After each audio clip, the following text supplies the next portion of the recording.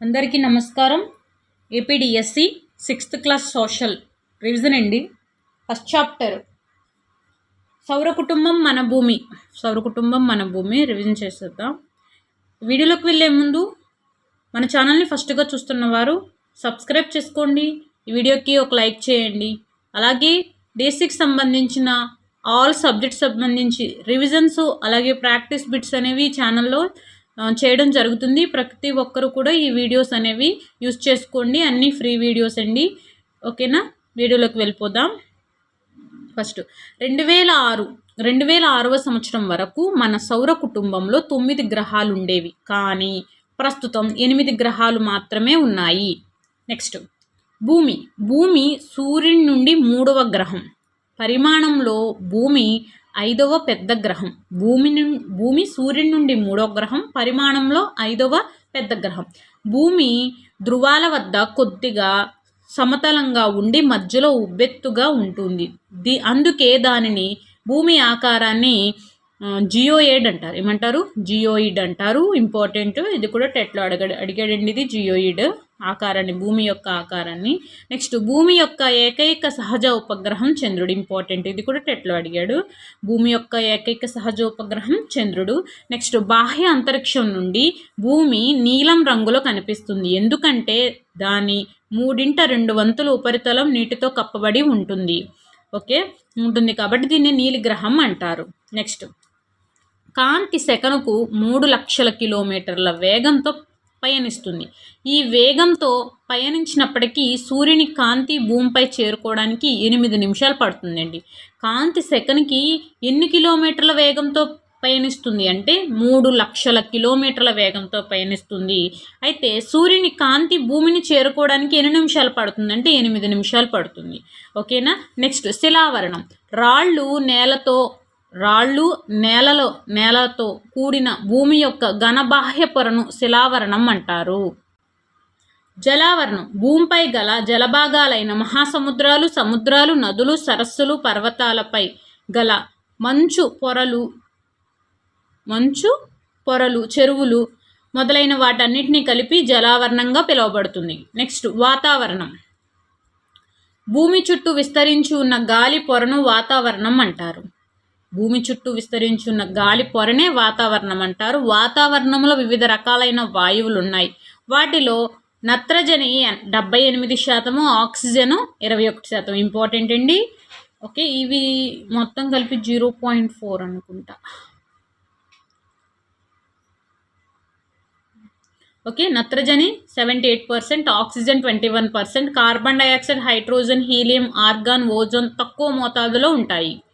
Next జీవావరణం. భూమిపై గల నీటిలో, గాలిలో ఉండే అన్ని రకాల జీవులను కలిపి జీవావరణం అంటారు. మొక్కలు, జంతువులు, బ్యాక్టీరియా, సూక్ష్మజీవులు. నెక్స్ట్ ఉపగ్రహాలు. ఓకేనండి, ఉపగ్రహాలు. సూర్యుని చుట్టూ గ్రహాలు తిరుగుతున్నట్లే గ్రహాల చుట్టూ కొన్ని ఖగోళ వస్తువులు తిరుగుతున్నాయి, వాటినే ఉపగ్రహాలు అంటారు. అయితే ఉపగ్రహాలు లేని గ్రహాలు ఏంటి అంటే బుధుడు, శుక్రుడు. ఇంపార్టెంట్, ఉపగ్రహాలు లేని గ్రహాలు బుధుడు, శుక్రుడు టెట్లో అడగడం జరిగిందండి. ఉపగ్రహాలు లేని గ్రహాలు బుధుడు, శుక్రుడు. నెక్స్ట్ చంద్రుని వ్యాసం భూమి యొక్క వ్యాసంలో 4వ వంతు ఉంటుంది. చంద్రుని వ్యాసం భూమి యొక్క వ్యాసంలో 4వ వంతు ఉంటుంది. అయితే చంద్రుడు భూమి నుండి 3,84,000 కిలోమీటర్ల దూరంలో ఉంది. చంద్రుని భూమి చుట్టూ ఒకసారి తిరగడానికి, తన చుట్టూ తాను తిరగడానికి 27 రోజులు పడుతుంది. ఇంపార్టెంట్, ఇది టెట్లో అడగడం జరిగింది. తన చుట్టూ తాను తిరగడానికి, అలాగే భూమి చుట్టూ తిరగడానికి కూడా 27 రోజులే పడుతుంది. నెక్స్ట్ చంద్రునిపై జీవులు జీవించటానికి అనుకూలమైన పరిస్థితులు లేవు. చంద్రుని ఉపరితలంపై పర్వతాలు, మైదానాలు, గుంతలు కలిగి ఉంది. చంద్రుని ఉపరితలంపై అడుగుపెట్టిన మొదటి వ్యక్తి అమెరికాకు చెందిన నీల్ ఆర్మ్స్ట్రాంగ్. ఎవరండి? నీల్ ఆర్మ్స్ట్రాంగ్. ఇంపార్టెంట్, ఇతను ఎప్పుడు అడుగు పెట్టారంటే 21 జూలై 1968. July 21 July 1969. ఇంపార్టెంట్, ఎట్లా అడగడం జరిగింది. ఓకేనండి. చంద్రుని ఉపరితలంపై అడుగుపెట్టిన మొదటి వ్యక్తి అమెరికాకు చెందిన నీల్ ఆర్మ్స్ట్రాంగ్ 21 జూలై 1969 చంద్రునిపైన అడుగుపెట్టారు. నెక్స్ట్ అంతరిక్షంలోకి వెళ్ళిన మొదట భారతీయ వ్యోమగామి రాకేష్ శర్మ. ఎవరండి? రాకేష్ శర్మ. నెక్స్ట్ మానవ నిర్మిత ఉపగ్రహం. ఇది కృత్రిమమైనది. విశ్వం, భూమి గురించి సమాచారం సేకరించడానికి లేదా సమాచార ప్రసరణ కొరకు శాస్త్రవేత్తలు దీన్ని రూపొందించారు. ఇది రాకెట్ ద్వారా తీసుకువెళ్ళబడి భూమి మరియు ఇతర సౌర వస్తువుల చుట్టూ కక్షలో ఉంచబడుతుంది. అంతరిక్షంలో ఉన్న కొన్ని భారతీయ ఉపగ్రహాలను ఇన్సాట్ అంటే IRS, ఎడ్యుసేట్ మొదలైనవి. భారతీయ ఉపగ్రహాలు ఏంటంటే ఇన్సాట్, IRS, ఎడ్యుసాట్. ఓకేనా? భారతీయ ఉపగ్రహాలు ఇన్సాట్, IRS, ఎడ్యుసాట్. భారత అంతరిక్ష పరిశోధన సంస్థ ఇస్రో శ్రీహరికోటలో తన ప్రయోగ కేంద్రం నుండి ఉపగ్రహాలను అంతరిక్షంలోనికి ప్రవేశపెడుతుంది. ఇస్రో మాజీ చైర్మన్ సతీష్ ధావన్ జ్ఞాపకార్థం దీనికి Satish Dhawan space centre SDSC Sriharikota high altitude range అంటే SHAR అని పేరు పెట్టారు. గ్రహశకలాలు ఇంపార్టెంట్ అండి. సూర్యుని చుట్టూ తిరిగే చిన్న రాతి వస్తువులను కూడా చాలా ఉన్నాయి. వీటినే గ్రహశకలాలు అంటారు. గ్రహశకలాలు అంగారగ్రహం, బృహస్పతి కక్షల మధ్య కనిపిస్తుంది. ఇది టెట్లో అడగడం జరిగింది. ఓకేనా? గ్రహశకలాలు ఏ గ్రహాల మధ్య కక్షలు కనిపిస్తాయంటే అంగారగ్రహానికి బృహస్పతి కక్షల మధ్య కనిపించేవి గ్రహశకలాలు. అంగారకుడు, బృహస్పతి. ఓకేనా? ఈ గ్రహశకలాలు చాలా సంవత్సరాల క్రితం పేలిన గ్రహం యొక్క భాగాలు అని శాస్త్రవేత్తల యొక్క అభిప్రాయం. నెక్స్ట్ ఉల్కలు. సూర్యుని చుట్టూ తిరిగే చిన్న రాళ్లను ఉల్కలు అంటారు. సూర్యుని చుట్టూ తిరిగే చిన్న రాళ్లను ఉల్కలు అంటారు. తోకచుక్క అంటే తల, తోకతో కనిపించే ఖగోళ వస్తువు. తోకచుక్క యొక్క తల మంచుతో కలిసి ఉండే ఘనకణాలను కలిగి ఉంటుంది మరియు తోక వాయువుతో తయారవుతుంది. ఓకే? హేలీ తోకచుక్క. ఇది ఇంపార్టెంట్. హేలీ తోకచుక్క ప్రతి 76 సంవత్సరాలకు ఒకసారి భూమికి దగ్గరగా వస్తుంది. ఇది చివరిసారిగా 1986లో వచ్చింది. ఇది ఇంపార్టెంట్. ఇది టెట్లో అడగడం జరిగింది. 1986లో కనిపించింది. మరలా 2061లో కనిపిస్తుంది. ఓకేనా? ఇంపార్టెంట్. హేలీ తోకచుక్క అనేది 76 సంవత్సరాలకు ఒకసారి భూమికి దగ్గరగా వస్తుంది. ఇది చివరిసారిగా 1986లో కనిపించింది. మళ్ళీ 2061లో కనిపిస్తుంది. గెలాక్సీ అనేది కొన్ని కోట్ల నక్షత్రాల సమూహం. గెలాక్సీ అనేది కొన్ని కోట్ల నక్షత్రాల సమూహం. మన సౌర కుటుంబంలో ఈ గెలాక్సీలో ఒక భాగం. దీన్నే పాలపుంత అంటారు. ప్రాచీన భారతదేశంలో దీనిని ఆకాశంలో ప్రవహించే కాంతి నదిగా భావించారు. అందువల్లే దీనిని ఆకాశగంగా అని కూడా పిలుస్తారు. పాలపుంతని ఆకాశగంగా అని కూడా పిలుస్తారు. నెక్స్ట్ విశ్వం అనేది కొన్ని కోట్ల గెలాక్సీల సమూహం. గెలాక్సీ అంటే కొన్ని కోట్ల నక్షత్రాల సమూహం. విశ్వం అంటే కొన్ని కోట్లాది గెలాక్సీల సమూహం. ఇంతటితో ఫస్ట్ చాప్టర్ ఫినిష్ అయిందండి. నెక్స్ట్ సెకండ్ చాప్టర్ వచ్చేటప్పటికి సెకండ్ లెసన్ అండి. గ్లోబు భూమికి నమూనా. 15వ శతాబ్దం నావికులు భూమి గుండ్రంగా ఉందని ధృవీకరించారు. భూమి యొక్క అక్షం గ్లోబు ఉత్తర దక్షిణ ధృవాలను కలుపుతూ ఒక సూది స్థిరంగా ఉంటుంది. దాన్నే అక్షం అంటారు. భూమిలా గ్లోబు పడమర నుండి తూర్పుకు తన అక్షంపై తిరుగుతుంది. భూమికి గ్లోబుకు ఉన్నట్లు సూది లేదు. భూమి యొక్క భ్రమణాక్షం ఉత్తర దక్షిణ ధృవాల గుండా పోయే ఊహారేఖ. ఓకే? భూమి యొక్క భ్రమణ అక్షము ఉత్తర దక్షిణ ధృవాల గుండా పోయే ఊహారేఖ. పురాతన ఖగోళ గ్లోబును 1492లో మార్టిన్ బెహైమ్ రూపొందించారు. ఇంపార్టెంట్. ఎట్లా అడిగాడు? పురాతన ఖగోళ గ్లోబును 1492లో మార్టిన్ బెహైమ్ రూపొందించారు. నెక్స్ట్ ఆధునిక ఖగోళ గ్లోబును కాన్స్టాంటినోపిల్ అబ్జర్వేటరీ నందు 1570లో టిక్ ఆల్దిన్ రూపొందించారు. ఇంపార్టెంట్. ఆధునిక ఖగోళ గ్లోబును కాన్స్టాంటినోపిల్ అబ్జర్వేటరీ నందు 1570 సంవత్సరంలో టిక్ ఆల్దిన్ రూపొందించారు. ప్రపంచంలో మొట్టమొదటి అతుకులు లేని ఖగోళ గ్లోబును జహంగీర్ సామ్రాజ్యంలో మొఘల్ శాస్త్రవేత్తలు రూపొందించారు. ఇంపార్టెంట్, ఇది కూడా టెట్లో అడిగాడు. నెక్స్ట్, గ్లోబ్ అనే పదం గ్లోబస్ అనే లాటిన్ పదం నుండి వచ్చినది. గోళం అని దాని అర్థం. గ్లోబ్ అనే పదం గ్లోబస్ అనే లాటిన్ పదం నుండి వచ్చినది. ఉత్తర దక్షిణ గోళాలు. గ్లోబుకు మధ్య భాగంలో అడ్డంగా గ్లోబును 2 సమాన భాగాలుగా చేస్తూ ఒక ఊహారేఖ పోతుంది.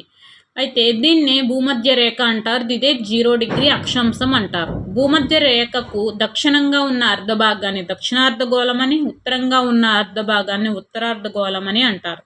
భారతదేశంలో ఏ అర్ధగోళంలో ఉంది అంటే ఉత్తరార్ధగోళంలో ఉంది. భారతదేశం ఉత్తరార్ధగోళంలో ఉంది. నెక్స్ట్, ఖండాలు ఎన్ని? 7 ఖండాలు. ఆసియా, ఆఫ్రికా, ఆస్ట్రేలియా, అంటార్కిటికా, ఉత్తర అమెరికా, దక్షిణ అమెరికా, యూరప్. ఓకే, ఏ అర్ధగోళం గరిష్ట సంఖ్యలో ఖండాలు ఉన్నాయంటే ఉత్తరార్ధగోళంలోనే ఎక్కువ సంఖ్యలో ఖండాలు అనేవి ఉన్నాయి. అంటార్కిటికా ఖండము ఏ అర్ధగోళంలో ఉంది అంటే దక్షిణార్ధగోళంలో ఉంది. నెక్స్ట్, ఉత్తరార్ధగోళంలో గరిష్టంగా ఖండాల సంఖ్య ఆసియా, ఆఫ్రికా, యూరప్, ఉత్తర అమెరికా, దక్షిణ అమెరికా. నెక్స్ట్, దక్షిణార్ధగోళంలో ఖండాల సంఖ్య అంటే ఆస్ట్రేలియా, దక్షిణ అమెరికా, అంటార్కిటికా, ఆఫ్రికా. నెక్స్ట్ అక్షాంశాలు. భూమధ్య రేఖకు సమాంతరంగా ఉంటూ ఒకదానికొకటి ఎప్పటికీ కలవు. వీటినే అక్షాంశాలు అంటారు. భూమధ్య రేఖకు ఎలా ఉంటాయి? సమాంతరంగా ఉంటాయి. అక్షాంశాలు భూమధ్య రేఖకు ఉత్తరంగా 0 డిగ్రీ నుండి 90 డిగ్రీల వరకు, దక్షిణంగా 0 డిగ్రీ నుండి 90 డిగ్రీల వరకు విస్తరించి ఉన్నాయి. ధృవాలు తప్ప అన్ని అక్షాంశాలు వృత్తాలే. ధృవాలు తప్ప మిగతా అన్నీ కూడా వృత్తాలే.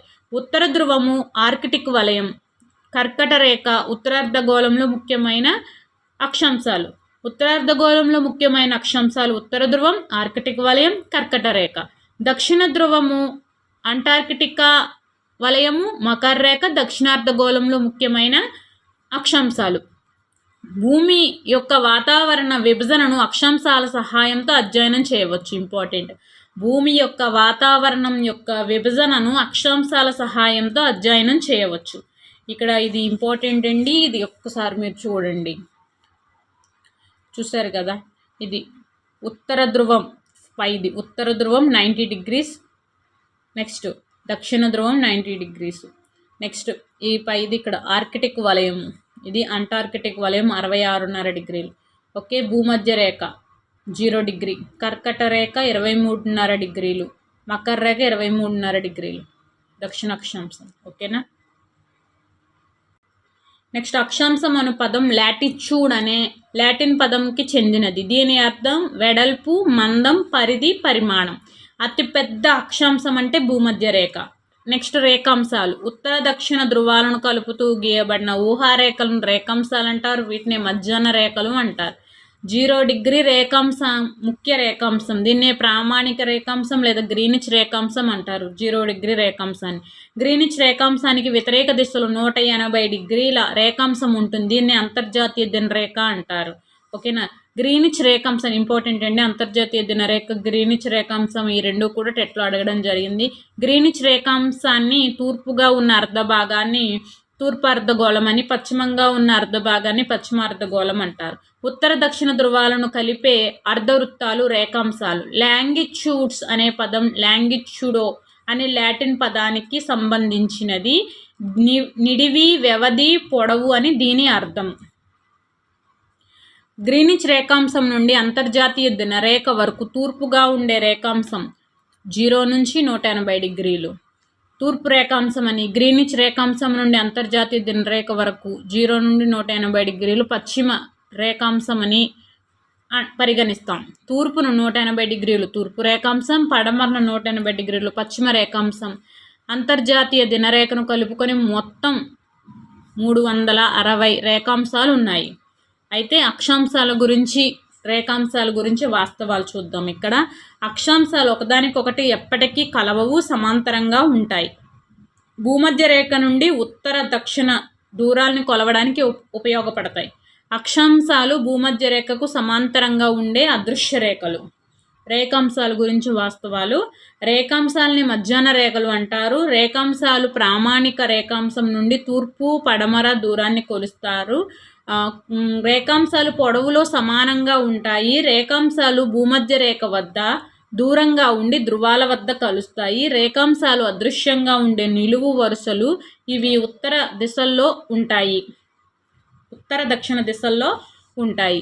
నెక్స్ట్ భూమి యొక్క చలనాలు. భూమి యొక్క చలనాలు. భూమికి 2 రకాల చలనాలు ఉన్నాయి. అవి భ్రమణం మరియు పరిభ్రమణం.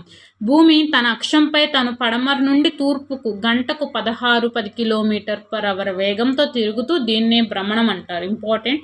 భూమి తన అక్షంపై తాను పడమర నుండి తూర్పుకు గంటకు 16-10 km/h వేగంతో తిరుగుతుంది. దీన్నే భ్రమణం అంటారు. భూభ్రమణం వలన రాత్రి పగలు ఏర్పడతాయి. భూమి ఒకసారి తన చుట్టూ తాను తిరగడానికి 23 గంటల 56 నిమిషాల 4.09 సెకండ్లు అంటే సుమారు 24 గంటలు పడుతుంది. భూమి తన అక్షంపై తాను తిరుగుతూ సూర్యుని చుట్టూ తిరిగి రావడాన్ని భూ పరిభ్రమణం అంటారు. నెక్స్ట్ భూమి సూర్యుని చుట్టూ తిరిగే నిర్ణీత మార్గాన్ని కక్ష అంటారు.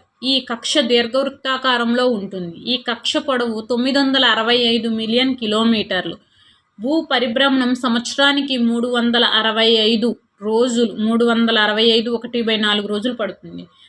భూమి అనేది దీర్ఘవృత్తాకార కక్షలో తిరుగుతుంది. ఈ కక్ష పొడవు 965 మిలియన్ కిలోమీటర్లు. నెక్స్ట్ లీపు సంవత్సరం 366 రోజులు. లీపు సంవత్సరం ఫిబ్రవరి నెల 29 రోజులు ఉంటాయి. నెక్స్ట్ సూర్యుని చుట్టూ భూమి తిరిగే స్థితుల్లో మార్పు రావడం వలన ఋతువులు ఏర్పడతాయి. జూన్ 21 సూర్యుడు ఉత్తరార్ధగోళంలో కర్కట రేఖ మీద సూర్యకిరణాలు నెట్ట నిలువుగా పడడం వల్ల ఆ ప్రాంతంలో ఎక్కువ వేడి ఉంటుంది. జూన్ 21. ఇదే సమయాన సూర్యకిరణాలు ఏటవాలుగా ధ్రువ ప్రాంతాలపై పడడం వలన తక్కువ వేడి గ్రహిస్తుంది.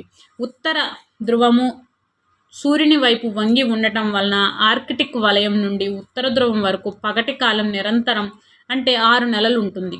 నిరంతరంగా 6 నెలలు ఉంటుంది. భూమధ్య రేఖకు ఉత్తరంగా ఉన్న ప్రాంతం వేసవి కాలం ఏర్పడుతుంది. జూన్ 21 పగటి కాలం అధికంగాను రాత్రి నిడివి అతి తక్కువగాను ఉంటుంది. ఇదే సమయంలో దక్షిణార్ధగోళం చలికాలము పగటి సమయం కంటే రాత్రి సమయం ఎక్కువగా ఉంటుంది. భూమి యొక్క స్థితి ఇలా ఉండటాన్ని వేసవి అయనాంతం అంటారు. ఇక్కడ డిసెంబర్ 22 సూర్యుడు దక్షిణార్ధగోళంలో మకర రేఖ మీద నిట్ట నిలువుగా సూర్యకిరణాలు పడటం వల్ల ఎక్కువ భాగం కాంతిని పొందుతాడు. దక్షిణార్ధగోళంలో వేసవి కాలం తీవ్రంగా ఉండి పగటి కాలం ఎక్కువగాను రాత్రి సమయం తక్కువగాను ఉంటుంది. ఇందుకు భిన్నంగా ఉత్తరార్ధగోళంలో ఉంటుంది. భూమి యొక్క స్థితి ఇలా ఉండటాన్ని శీతాకాల అయనాంతం అంటారు. విషవత్తులు. మార్చి 21 మరియు సెప్టెంబర్ 23 తేదీలలో సూర్యకిరణాలు భూమధ్య రేఖపై నిట్ట నిలువుగా పడతాయి. మార్చి 21, సెప్టెంబర్ 23. నెక్స్ట్ మార్చి 21, సెప్టెంబర్ 23 తేదీల్లో భూమి అంతటా రాత్రి పగలు సమానంగా ఉంటాయి. ఈ 2 తేదీలను విషవత్తులు అంటారు. ఇది ఇంపార్టెంట్ అండి, టెట్లో అడగడం జరిగింది. మార్చి 21, సెప్టెంబర్ 23 ఇంపార్టెంట్. నెక్స్ట్ సెప్టెంబర్ 23వ తేదీన ఉత్తరార్ధగోళంలో శరతృతువు, దక్షిణార్ధగోళంలో వసంత ఋతువు. మార్చి 21న ఉత్తరార్ధగోళంలో వసంత ఋతువు, దక్షిణార్ధగోళంలో శరతృతువు ఉంటాయి. ఇక్కడ సూర్యగ్రహణం, చంద్రగ్రహణం గురించి తెలుసుకుందాం. సూర్యగ్రహణం. సూర్యుని భూమికి మధ్య చంద్రుడు వెళ్తూ సూర్యునికి భూమికి మధ్యలో చంద్రుడు వస్తే ఇవి 3 ఒకే సరళ రేఖ మీద వచ్చినప్పుడు సూర్యగ్రహణం ఏర్పడుతుంది. అదే చంద్రగ్రహణం అంటే సూర్యునికి చంద్రునికి మధ్యలో భూమి వెళ్తూ ఇవి 3 ఒకే సరళ రేఖపై వచ్చినప్పుడు చంద్రగ్రహణం సంభవిస్తుంది. నెక్స్ట్ క్రిస్మస్ వేడుకలు ఆస్ట్రేలియాలో వేసవి కాలంలో జరుపుకుంటారు. నెక్స్ట్ టాపిక్ వచ్చేటప్పటికండి పటాలు. చిత్తు చిత్రం అనేది ముఖ్యంగా స్కేల్ ఉపయోగించకుండా గీయవచ్చు. పటం అనగా స్కేలుకి అనుగుణంగా చూపడానికి ఉపయోగించేది. పటంలో ముఖ్యాంశాలు దిక్కులు, స్కేలు, చిహ్నాలు, రంగులు.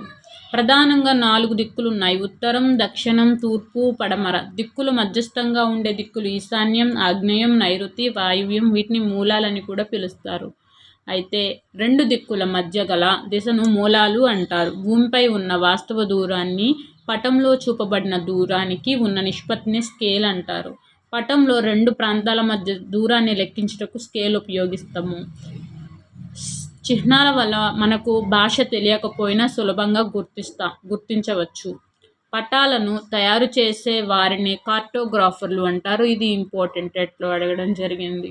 పటాలను తయారు చేసే వారిని కార్టోగ్రాఫర్లు అంటారు. పటాల సంకలనాన్ని అట్లాస్ అంటారు. ఇది ఇంపార్టెంట్. అయితే భౌతిక పటంలో రంగులను నీలం రంగు జలభాగాలు, ఆకుపచ్చ రంగు మైదానాలు, పసుపు పీఠభూమి, గోధుమ పర్వతాలు ఇంపార్టెంట్. ఉపయోగాన్ని బట్టి పటాలను 3 రకాలుగా వర్గీకరించవచ్చు. రాజకీయ పటాలు, బౌద్ధిక పటాలు, విషయ నిర్దేశిత పటాలు. గ్రామాలు, నగరాలు, పట్టణాలు, జిల్లాలు, రాష్ట్రాలు, దేశాలు, వాటి సరిహద్దులను చూపే రాజకీయ పటాలు. వాటిని పర్వతాలు, పీఠభూములు, మైదానాలు, సముద్రాలు మొదలైన భౌగోళిక స్వరూపాలను చూపే పటాలను బౌద్ధిక పటాలు. విషయ నిర్దేశక పటాలు అనేది టెట్లో అడగడం జరుగుతుంది. కొంచెం చూడండి. భూ వినియోగం, ఉష్ణోగ్రత, వర్షపాతం, జనాభా, నేలలు, అడవులు, పంటలు, ఖనిజాలు, పరిశ్రమలు, రైలు మార్గాలు వంటి కొన్ని నిర్దిష్ట అంశాలు చూపుతాయి. స్కేలు ఆధారిత పటాలు 2: పెద్ద తరహా పటాలు, చిన్న తరహా పటాలు. పెద్ద తరహా పటాలు చిన్న ప్రాంతాల గురించి తెలియజేస్తాయి. ఉదాహరణకు భూ సరిహద్దులను, భూ నైసర్గిక పటాలను. ఓకే, నెక్స్ట్ భూ సరిహద్దును తెలిపే పటాలను వ్యక్తిగత ఆస్తికి చెందినవి. చిన్న తరహా పటాలు పెద్ద ప్రాంతాల గురించి తెలియజేస్తాయి. ఉదాహరణకు గోడ పటాలు, అట్లాస్. గోడ పటాలు తరగతి గదిలో బోధన కొరకు పరిపాలన పరంగా ఉపయోగపడతాయి. ఓకే, జీపీఎస్ అంటే గ్లోబల్ పొజిషనింగ్ సిస్టమ్. టెట్లో అడగడం జరిగింది. ప్రస్తుత విశ్వంలో మనం ఉన్న స్థానాన్ని తెలుసుకునే సాంకేతిక వ్యవస్థ. బహుళైచ్ఛిక ప్రశ్నలు ఉన్నాయి, ఒకసారి ఇవి కూడా చూద్దాం. పటంపై ఉండవలసిన ముఖ్యమైన అంశాలు ఏంటి అంటే దిక్కులు, స్కేలు, చిహ్నాల రంగు. నైరుతి దిక్కును గుర్తించండి అంటే నైరుతి దిక్కు అనేది దక్షిణానికి పడమరకి మధ్య ఉండే ప్రాంతము. ఈశాన్య దిక్కును గుర్తించండి అంటే ఉత్తరానికి తూర్పున మధ్య ఉండే ప్రాంతం. వాయువ్య దిక్కును గుర్తించండి అంటే ఉత్తర పడమరల మధ్య ఉండే ప్రాంతం. ఇలా వేసుకోండి, మీకు ఈజీగా తెలిసిపోతుంది. చూడండి, ఉత్తరము, దక్షిణం, తూర్పు, పడమర. చూడండి, ఉత్తరం తూర్పుకి ఈశాన్యము, తూర్పుకి దక్షిణానికి ఆగ్నేయం, దక్షిణానికి పడమరకి నైరుతి, పడమరకి ఉత్తరానికి వాయువ్యం. ఆగ్నేయ దిక్కును గుర్తించండి, దక్షిణ తూర్పుల మధ్య ఉండే ప్రాంతం. పటాలను తయారు చేసే వారిని కార్టోగ్రాఫర్ అంటారు. నీలం రంగు జలభాగాలు, ఆకుపచ్చ మైదానాలు, పసుపు పీఠభూమి, గోధుమ పర్వతాలు. దేశాలు, రాష్ట్రాలు, జిల్లాలు, గ్రామాలను చూపే పటాలు రాజకీయ పటాలు. పర్వతాలు, పీఠభూములు, మైదానాలు, సముద్రాలు మొదలైనవి చూపే భౌతిక పటాలు. ఉష్ణోగ్రత, వర్షపాతం, జనాభా, నేలలు, పంటలు, ఖనిజాలు, వివిధ మార్గాల వంటి కొన్ని నిర్దిష్ట అంశాలను చూపేవి విషయ నిర్దేశక పటాలు. పటాల సంకలనాన్ని అట్లాస్ అంటారు. ప్రధాన దిక్కును పటంపై ఏ అక్షరంతో సూచిస్తారు? నార్త్ ఎన్ అక్షరంతో. స్కేల్ ఆధారిత పటాలు 2 రకాలు. నెక్స్ట్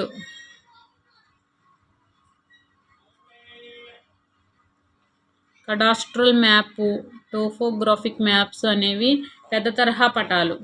వ్యక్తిగత ఆస్తికి చెందిన పటాలు పెద్ద తరహా పటాలు. పెద్ద తరహా పటాలకు చెందని అంశాన్ని గుర్తించండి, ఇవి పెద్ద ప్రాంతాల గురించి తెలియజేస్తాయనే తప్పు. పెద్ద తరహా పటాలు అంటే ఇవి భూ సరిహద్దును తెలిపే పటాలు, భూ నైసర్గిక పటాలు. ఇవి చిన్న ప్రాంతాలను తెలియజేస్తాయి. విశాఖ పోర్ట్ ఏరియాను వాటి సరిహద్దు చూపే పటాలు పెద్ద తరహా పటాలు.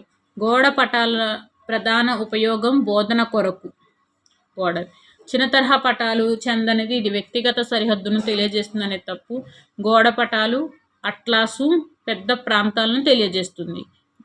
జీపీఎస్ తెలుసు, గ్లోబల్ పొజిషనింగ్ సిస్టమ్. జీపీఎస్ వలన ప్రధాన ఉపయోగం కానిది ఏంటంటే ఇది అన్ని ప్రదేశాలను చూపదనే తప్పు. మనం ఉండే స్థానాన్ని తెలుసుకోవచ్చు, ఖచ్చితమైన స్థానాన్ని గుర్తించవచ్చు, భూమి మీద ప్రతి ప్రదేశాన్ని గుర్తించవచ్చు. రంగులను ఉపయోగించే పటాలు ఏంటంటే విషయ నిర్దేశక పటాలు, అలాగే బౌద్ధిక పటాలు. పసుపు రంగు అనేది పీఠభూమి, గోధుమ పర్వతాలు, ఆకుపచ్చ మైదానం, నీలం జలభాగాలు. రంగులకు బదులుగా దిద్దడం, గీతలు వంటి నమూనాలు ఏ పటంలో ఉపయోగిస్తారు? విషయ నిర్దేశిత పటాలు. పటాలు RH అంటే ఇక్కడ విశ్రాంతి భవనం. రాము అనే బాలుడు మొదట ఉత్తర దిశగా ప్రయాణించి కుడివైపు తిరిగాడు. అతను ప్రారంభించిన దిశ దక్షిణం నుంచి తూర్పుకి. అడవుల విస్తరణ తెలిపే పటాలు విషయ నిర్దేశక పటాలు.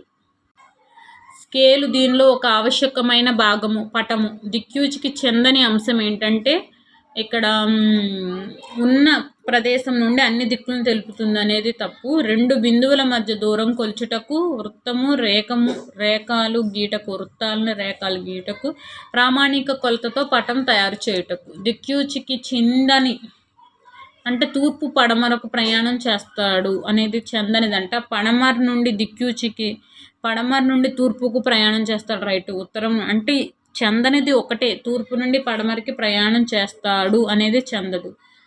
చిత్రానికి చందని అంశం అంటే దిక్కులు మూలాలు చూపుతుంది అనేది తప్పు. చిత్రం అంటే స్కేల్ ఉపయోగించకుండా గీస్తారు, అప్పటికప్పుడు పరిశీలించి గీస్తారు. స్కేలు దిక్కులు చూపకుండా గీస్తారు. నెక్స్ట్, భూమిపై గల వాస్తవ దూరానికి పటంలో చూపబడిన దూరానికి గల నిష్పత్తిని స్కేల్ అంటారు. 4th chapter Andhra Pradesh భూస్వరూపాలు. ఆంధ్రప్రదేశ్ను ప్రధానంగా 3 భూస్వరూపాలుగా విభజించవచ్చు: పర్వతాలు, పీఠభూములు, మైదానాలు. ప్రథమ భూస్వరూపం ఖండాలు, మహాసముద్రాలు. ద్వితీయ భూస్వరూపం పర్వతాలు, పీఠభూములు, మైదానాలు. దిగువన విశాలంగా ఉండి పైభాగం తక్కువ భూభాగం కలిగిన ఎత్తైన స్వరూపాన్నే పర్వతం అంటారు. ఎత్తుగా ఉండి సమతలంగా ఉండే ప్రదేశాలను పీఠభూములు అంటారు. భారతదేశంలో దక్కన్ పీఠభూమి అనేది ప్రాచీన పీఠభూమి. రాయలసీమలో అధిక భాగం దక్కన్ పీఠభూమికి చెందినది. సాధారణంగా ఖనిజ సంపద పీఠభూములు కలిగి ఉంటాయి. దక్కన్ పీఠభూమి లావా పీఠభూమి. లావా పీఠభూములు నల్లరేగడి నేలను కలిగి పత్తి పంటను పండించడానికి అనుకూలము. ప్రపంచంలో ఎత్తైన పీఠభూమి టిబెట్ పీఠభూమి. ఇది సముద్ర మట్టం నుండి 4000 నుంచి 6000 మీటర్ల ఎత్తు కలిగి ఉంటుంది. భారతదేశంలో చోటనాగ్పూర్ పీఠభూమిలో ఇనుము, బొగ్గు, మాంగనీస్ నిల్వలు అత్యధికంగా కనబడతాయి. ఇంపార్టెంట్. భారతదేశంలో చోటనాగ్పూర్ పీఠభూమి ఇనుము, బొగ్గు, మాంగనీస్ నిల్వలు అత్యధికంగా కనుగొనబడ్డాయి. చోటనాగ్పూర్ పీఠభూమి ఖనిజాల నెలవంక అంటారు. మైదానాలు సముద్ర మట్టం నుండి గరిష్టంగా 200 మీటర్లు ఎత్తులో ఉండే సమతల ప్రాంతాలు. మైదానాలు అధిక ఉత్పాదకత, మెరుగైన రవాణా సౌకర్యాలు, జననివాస యోగ్యంగా ఉన్నాయి. భారతదేశంలో ఆగ్నేయంగా ఉన్న రాష్ట్రం ఆంధ్రప్రదేశ్. భారతదేశంలో ఆగ్నేయంగా ఉన్న రాష్ట్రం ఆంధ్రప్రదేశ్. ఆంధ్రప్రదేశ్కు తూర్పున బంగాళాఖాతం, పడమరన తెలంగాణ, ఉత్తరాన ఛత్తీస్గఢ్, ఒడిశా, దక్షిణాన తమిళనాడు, నైరుతిలో కర్ణాటక రాష్ట్రాలున్నాయి. ఆంధ్రప్రదేశ్ను ప్రధానంగా 2 ప్రాంతాలుగా విభజించవచ్చు: కోస్తా ఆంధ్ర, రాయలసీమ. కోస్తా ఆంధ్ర బంగాళాఖాతాన్ని ఆనుకొని గోదావరి, కృష్ణా, పెన్నా డెల్టాల వల్ల ఏర్పడిన సారవంతమైన ప్రాంతాలు. ఇక్కడ జనసాంద్రత ఎక్కువ. రాయలసీమలో ఖనిజాలు, ఉద్యాన పంటలు, తలసరి ఆదాయం తక్కువతో ఉంటుంది. ఆంధ్రప్రదేశ్కు నైరుతి దిశలో దక్కన్ పీఠభూమి కలదు. మధ్య తూర్పు ప్రాంతంలో తూర్పు కనుమలు ఉన్నాయి. వీటి అంచున బంగాళాఖాతము వాలి ఉంటాయి. సముద్ర మట్టం నుండి 900 మీటర్ల కన్నా ఎత్తుగా ఉండి శిఖర వైశాల్యం తక్కువగా ఉన్న ప్రాంతాన్ని పర్వతం అంటారు. ఆంధ్రప్రదేశ్ అరకులోయలోని అరోమాకొండ, దీన్నే జిందగడ, 1690 మీటర్ల ఎత్తైన శిఖరం ఇది. ఆంధ్రప్రదేశ్ అరకులోయలో అరోమాకొండ, జిందగడ 1690 మీటర్ల ఎత్తైన శిఖరము. పోలవరం ప్రాజెక్ట్ నిర్మించడం వల్ల తెలంగాణ రాష్ట్రంలో ఖమ్మం జిల్లాలో ముంపు మండలాలు ఆంధ్రప్రదేశ్లో విలీనం చేయబడ్డాయి. అల్లూరి సీతారామరాజు జిల్లాలో వరరామచంద్రపురము, కోనవరము, చింతూరు, భద్రాచలము. ఏలూరు జిల్లాలో బుర్గంపాడు, కుక్కనూరు, వేలేరుపాడు. ఆంధ్రప్రదేశ్లో ముఖ్యమైన కొండలు: విశాఖపట్నంలో యారాడ కొండలు, యారాడ అనంతగిరి కొండలు. ఇంపార్టెంట్ అండి, కొండల గురించి ఒక బిట్ కన్ఫామ్గా వస్తుంది. విశాఖపట్నం యారాడ అనంతగిరి కొండలు. నెక్స్ట్, ఏలూరు అంటే తూర్పు గోదావరి, పశ్చిమ గోదావరి జిల్లాలో బైసన్ కొండలు, పాపి కొండలు. ఎన్టీఆర్ కృష్ణా జిల్లా, మొగల్ రాజాపురం, కొండపల్లి కొండలు. గుంటూరు, పల్నాడు జిల్లాల్లో బేరంకొండ, నాగార్జునకొండ, కోటప్పకొండ. నెల్లూరు జిల్లాలో వెలికొండలు. వైఎస్ఆర్ కడప, అన్నమయ్య జిల్లాలో వెలికొండలు, పాలకొండలు. తిరుపతి జిల్లా, చిత్తూరు, తిరుపతి జిల్లాలో శేషాచలం, హార్సిలీ కొండలు. కర్నూలు, నంద్యాల, నల్లమల, ఎర్రమల కొండలు. అనంతపురం, సత్యసాయి జిల్లాలో పెనుకొండ, మడసిక కొండలు. గిరిజనులు చేసే వ్యవసాయాన్ని పోడు వ్యవసాయం అంటారు. ఈ పోడు వ్యవసాయాన్ని స్థల మార్పిడి వ్యవసాయం లేదా జూమ్ వ్యవసాయం అంటారు. ఇంపార్టెంట్ అండి. ఐడిడిటి అంటే ఇంటిగ్రేటెడ్ గిరిజన అభివృద్ధి సంస్థ. ఐడిడిటి ఏర్పాటైంది 1989. ఇంపార్టెంట్. ఐడిడిటి ఎప్పుడు ఏర్పడింది? 1989. చెంచులు ఆంధ్రప్రదేశ్లో కర్నూలు, గుంటూరు, ప్రకాశం జిల్లాలు వ్యాపించి ఉన్నారు. కర్నూలు, గుంటూరు, ప్రకాశం. ఓకేనా. ఆంధ్రప్రదేశ్లో పీఠభూమి ప్రాంతం అనిశ్చిత వర్షపాతంలో కరువు ప్రాంతంగా ఉంది. ఆంధ్రప్రదేశ్ పీఠభూమి ప్రాంతం అత్యల్ప అనిశ్చిత వర్షపాతం కరువు ప్రాంతంగా ఉంది. ఒండ్రు నేలలు వరి, చెరకు పంటకు అనుకూలము. నల్లరేగడి నేలలు పత్తి, మిరప పంటకు అనుకూలము. తూర్పు తీరంలో గోదావరి, కృష్ణా నదుల వల్ల డెల్టాలు ఏర్పడ్డాయి. డెల్టా ఆహార ధాన్యాలు గిడ్డంకులకు వంటివి. ఈ డెల్టా దక్షిణ భారతదేశ ధాన్యాగారంగా పిలుస్తారు. ఈ డెల్టాను మైదాన ప్రాంతంలో భూగర్భ జలం 15 నుండి 20 అడుగుల లోతులో లభ్యమవుతుంది. వర్షాకాలం పంటని ఖరీఫ్గాను, శీతాకాల పంటను రబీగాను పిలుస్తారు. శ్రీకాకుళం జిల్లాలో వంశధార, నెల్లూరు జిల్లాలో పెన్నా డెల్టాలు కలవు. శ్రీకాకుళం వంశధార, నెల్లూరులో పెన్నా. ఆంధ్రప్రదేశ్లో అతిపెద్ద మంచినీటి సరస్సు కొల్లేరు, పశ్చిమ గోదావరి జిల్లాలో ఉంది, ఇప్పుడు ఏలూరు జిల్లా. ఆంధ్రప్రదేశ్లో అతిపెద్ద ఉప్పునీటి సరస్సు పులికాట్, నెల్లూరు. నెక్స్ట్ సంచార జీవనం నుండి స్థిర జీవనం. సంచార జీవనం ఆహారం కోసం వారు తరచుగా ఒక ప్రాంతం నుండి మరో ప్రాంతానికి వెళ్ళేవారు. వారిని సంచార జీవులు అని అంటారు. సంచార జీవనం గడపడానికి కారణాలు ఏంటంటే వేసవి కాలంలో నీటి వనరులు అయిన సరస్సులు, కుంటలు, నదులు ఎండిపోయి కావున వీరు నీరు లభించే ప్రాంతాలకు ఆది మానవులు వలస వెళ్ళేవారు. నిప్పును కనుగొనడానికి ఆది మానవులకు ఈ విధంగా ఉపయోగపడింది. క్రూర మృగాలు తరిమేయడానికి, తాము నివసించే గుహలలో వేడిని, వెలుతురుని నింపడానికి. ఇది ఇంపార్టెంట్. కర్నూలు జిల్లా బెలుం గుహలు ఇంపార్టెంట్ అండి. పురావస్తు శాస్త్రవేత్తలు కర్నూలు జిల్లా గుహల్లో ఆది మానవులకు చెందిన అనేక రాతి పనిముట్లను కనుగొన్నారు. కర్నూలు జిల్లాలో బేతంచెర్ల, బనగనపల్లి ప్రాంతంలో కొన్ని వందల గుహలు అనేవి ఉన్నాయి. కర్నూలు జిల్లా బేతంచెర్లలో. అయితే ఇక్కడ మనం విశ్రాంతి తీసుకోవడానికి, రాతి పనిముట్లను దాచుకోవడానికి గుహలు ఆది మానవులు కొన్ని వేల సంవత్సరాలు ఉపయోగించారు.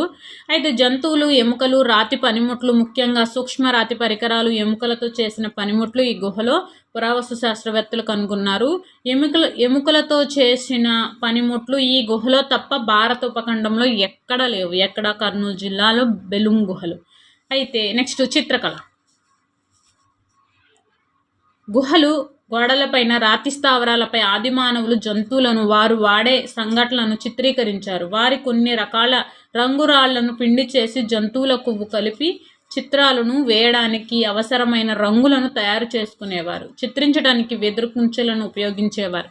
కర్నూలు జిల్లా ముచ్చట్ల చింతమానుగవి గుహల్లో లభ్యమైన ఎముకలతో చేసిన పనిముట్లు. చింతకుంట గ్రామము ముద్దనూరు మండలం, వైఎస్ఆర్ కడప జిల్లాలోనిది. ఇక్కడ 10 రాతి స్థావరాలు ఉన్నాయి. ఎక్కడ? చింతకుంట గ్రామము, ముద్దనూరు, వైఎస్ఆర్ కడప జిల్లాలో. ఈ 10 రాతి స్థావరాల్లో ఆది మానవులు గీసిన చిత్రాలు ఇక్కడ ఎరుపు, తెలుపు రంగులో 200కు పైగా చిత్రాలు ఉన్నాయి. వాటిలో 10 చిత్రాలు మాత్రమే తెలుపు రంగులో ఉన్నాయి. ఎరుపు రంగు చిత్రాల్లో ఉన్న మూపురం ఎద్దు ఒకే ఒక్క గుహలో ఉంది. ఈ గుహని స్థానికంగా ఎద్దుల, ఆవుల గుంపు అని అంటారు. ఇంకా మిగిలిన రాళ్లపైన జింకలు, దుప్పి, నక్క, కుందేలు, పక్షులు, మానవుని చిత్రాలు కూడా మనం గమనించవచ్చు. దాదాపు 12,000 సంవత్సరాల క్రితమే ప్రపంచ వాతావరణంలో గొప్ప మార్పులు సంభవించాయి. ఈ మార్పులు మానవ జీవితంలో అభివృద్ధికి సూచికగా చెప్పవచ్చు. నెక్స్ట్ 12,000 సంవత్సరాల క్రితమే ఆది మానవులు ఆహార సేకరణ నుండి ఆహార ఉత్పత్తిదారులుగా మారారు. ఇది ఇంపార్టెంట్ అండి. 12,000 సంవత్సరాల క్రితమే ఆది మానవులు ఆహార సేకరణదారుల నుండి ఉత్పత్తిదారులుగా మారారని ఎట్లా అడగడం జరిగింది. నెక్స్ట్ రాతి యుగము, కాలము. ఇక్కడ పాత రాతి యుగం, దీన్నే పాలియోతిక్ యుగం అంటారు. BCE 2.6 మిలియన్ సంవత్సరాల నుండి BCE 10,000 సంవత్సరాల వరకు.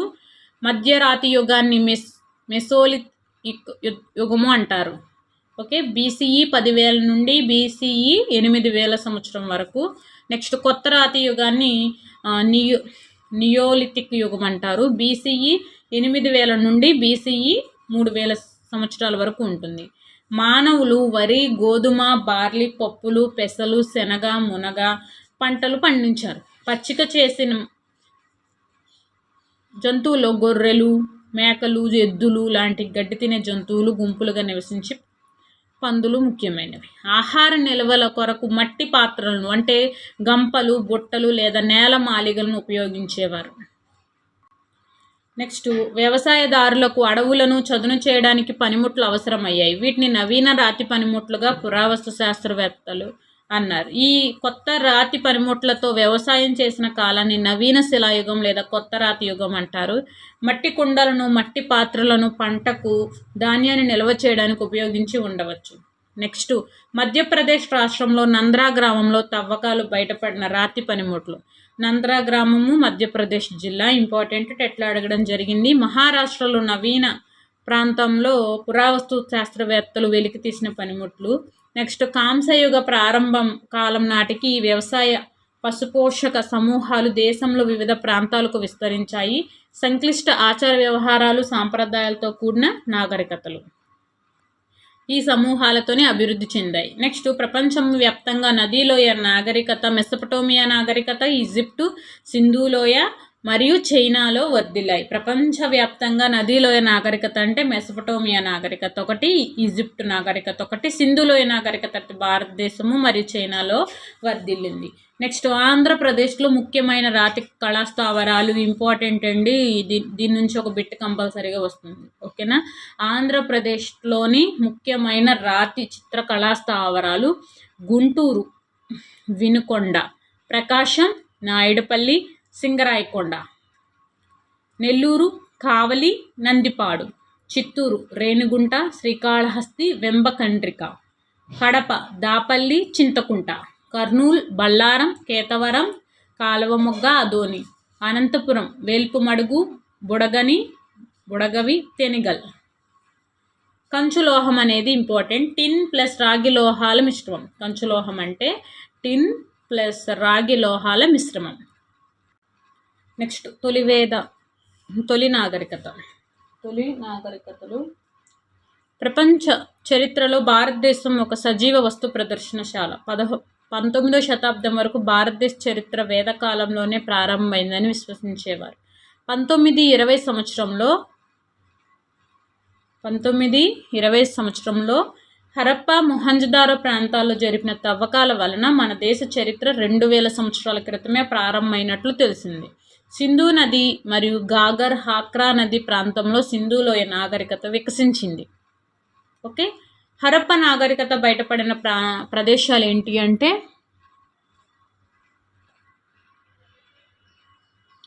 భారతదేశంలో పంజాబ్, హర్యానా, గుజరాత్, రాజస్థాన్, మహారాష్ట్ర, పాకిస్తాన్లో పంజాబ్, సింధు, బెలూచిస్తాన్, ఆఫ్ఘనిస్తాన్. నెక్స్ట్, హరప్ప నాగరికత కాలం క్రీస్తుపూర్వం 2500 నుండి 1700 సంవత్సరాలు. మొహంజదారో గొప్ప స్థానవాటిక కలదు. హరప్ప నగరంలో 6 పెద్ద ధాన్యాగారాలు కలవు. నెక్స్ట్, లోతల్ నగరం అతిపెద్ద నౌకాశ్రయం కలదు. హరప్ప ప్రజలు ఎండిన కాలిన ఇటుకలను ఉపయోగించారు. పత్తి, నూలు వస్త్రాలను నేయడం ప్రధాన వృత్తులు. పత్తిని మొట్టమొదటగా పండించింది హరప్ప ప్రజలే. అరేబియా సముద్ర తీరంలోని లోతల్ నౌకాశ్రయం ద్వారా మెసొపటోమియా, ఈజిప్ట్ మరియు ఇరాన్ దేశాలతో సింధు ప్రజలు వ్యాపారం చేసేవారు. వ్యవసాయం ప్రధాన వృత్తి. గోధుమ, బార్లీ, ఆముదాలు, బఠానీలు, కాయధాన్యాలు పండించారు. వినోదం, నాట్యం, చదరంగం, సంగీతం, గోళీలు, పాచికలు ఆడటం, ఎద్దుల పోటీలు వీరి యొక్క ప్రధాన వినోదం. సింధు ప్రజలు పశుపతి, శివుడు మరియు అమ్మ తల్లిని పూజించేవారు. ఇంపార్టెంట్, ఎట్లా అడిగాడు. వేప చెట్టు మరియు రావి చెట్టును పూజించేవారు.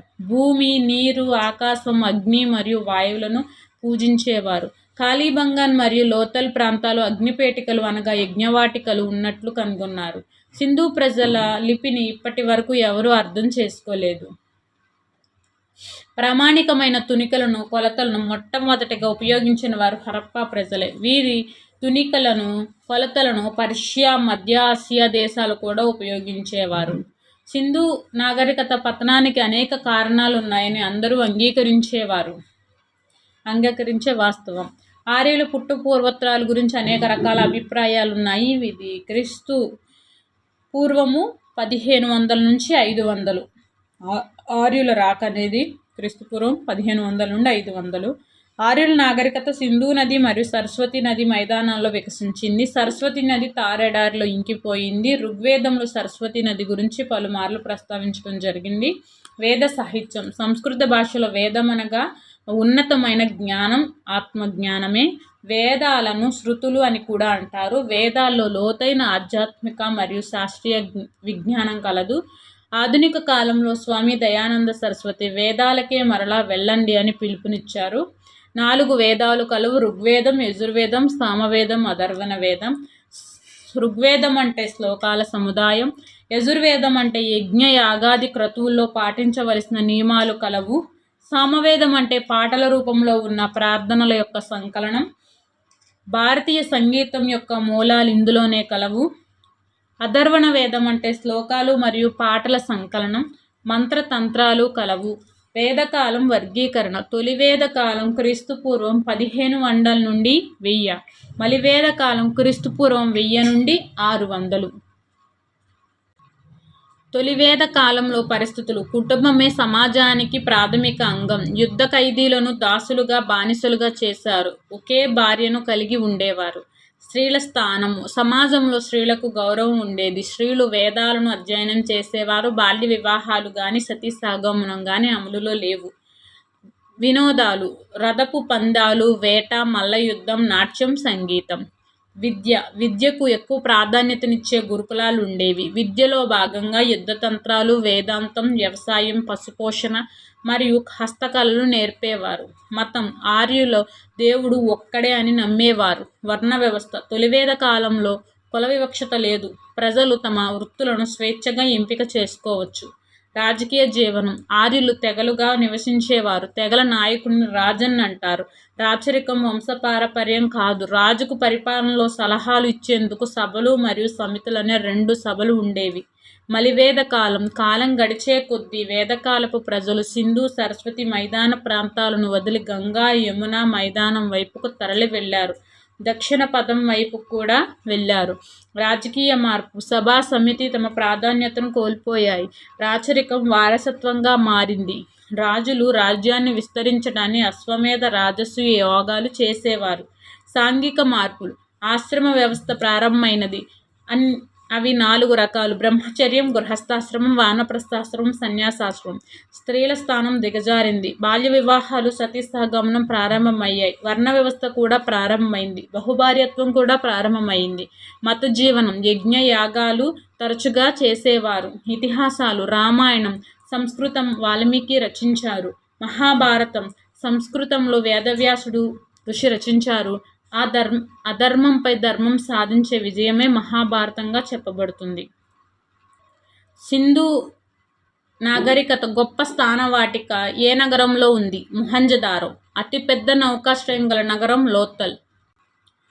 ఏ నాగరికత ప్రజలు లిపిని క్యూనిఫారం అంటారు? మెసపటోమియా. సరస్వతి నది గురించి ఏ వేదంలో పలుమార్లు ప్రస్తావించడం జరిగింది? ఋగ్వేదం. శృతులు అని వేటిని అంటారు? వేదాలను. భారతీయ సంగీతం యొక్క మూలాలు ఏ వేదంలో కలవు? సామవేదం. ఆత్మ ప్రకృతి యొక్క రహస్యాల గురించి తెలిపే గ్రంథం ఉపనిషత్తులు. మలివేద కాలంలో రాజులు దేనికోసం అశ్వమేధ రాజసూయ యాగాలు చేసేవారు? రాజ్య విస్తరణకు. విద్యావాదము, క్రతువులు, సంస్కారాలు గురించి తెలియజేసేది అరణ్యకాలు. సంస్కృత భాషలో వేదం అనగా ఆత్మజ్ఞానము. హైరోగ్లైఫిక్ లిపిని కలిగిన నాగరికత ఈజిప్టు నాగరికత. సింధు ప్రజలు వేటిని పూజించేవారు? వేప చెట్టు, రావి చెట్టు, భూమి, నీరు, ఆకాశం, అగ్ని, వాయువు. వీడియో నచ్చితే ప్లీజ్ లైక్ మీ, సబ్స్క్రైబ్ మీ. థ్యాంక్ యూ సో మచ్ అండి. Keep watching. Part 2 tomorrow upload చేస్తాను. బాగా చదువుకోండి. All the best.